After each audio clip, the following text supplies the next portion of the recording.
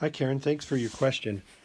So you had mentioned that you were having trouble factoring x squared minus 2x minus 15, and you couldn't remember how to unfoil that, as it were.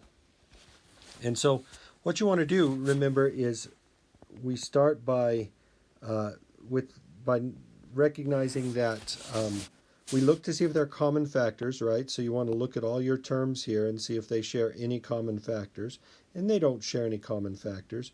And then we know, since it's a trinomial, because there's no leading coefficient here, I should say the leading coefficient here is 1, we know that we've got some shortcuts. One of the shortcuts is this is going to factor into a binomial times a binomial.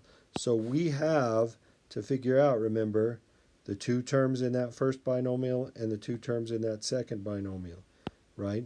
And so remember our question our questions that we asked ourselves to figure out what goes in there. Remember, this is a first and this is a last, right? The first in that binomial and the last, first and a last.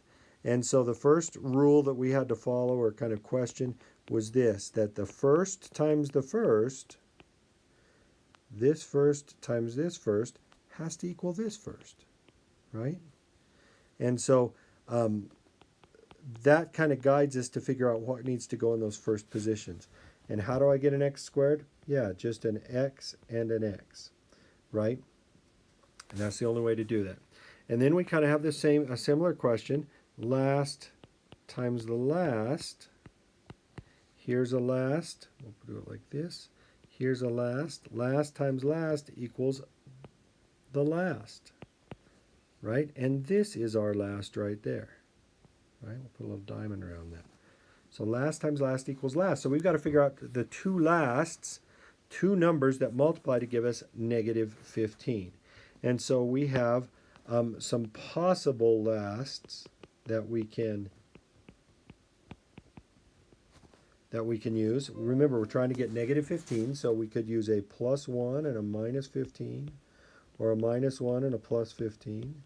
We could use a plus 3 and a minus 5, or a minus 3 and a plus 5, right? So those are the only things that multiply to give us negative 15. Now, remember how I said that there was the leading coefficient was 1?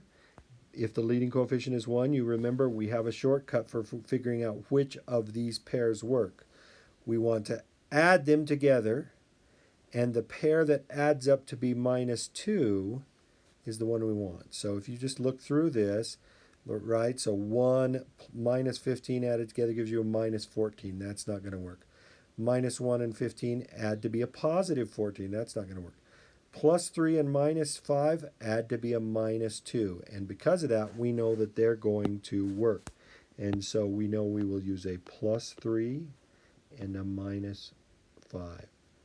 And then that should be the factorization. I'm going to leave it up to you to check that. How do you check it? By foiling it out. Foil out your factorization and see if you get the correct answer.